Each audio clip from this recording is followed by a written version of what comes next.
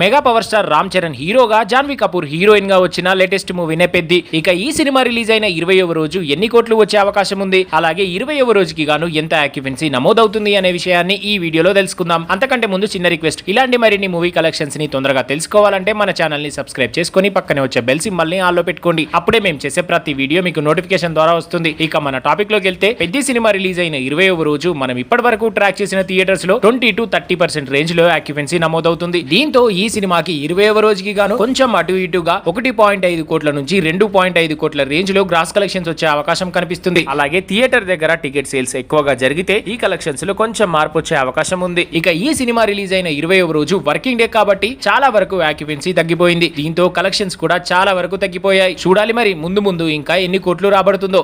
So friends, మీరు ఈ సినిమాని చూస్తే ఎలా అనిపించిందో కామెంట్ చేయండి. అలాగే మన ఛానల్ ని సబ్స్క్రైబ్ చేసుకోండి. Thanks for watching.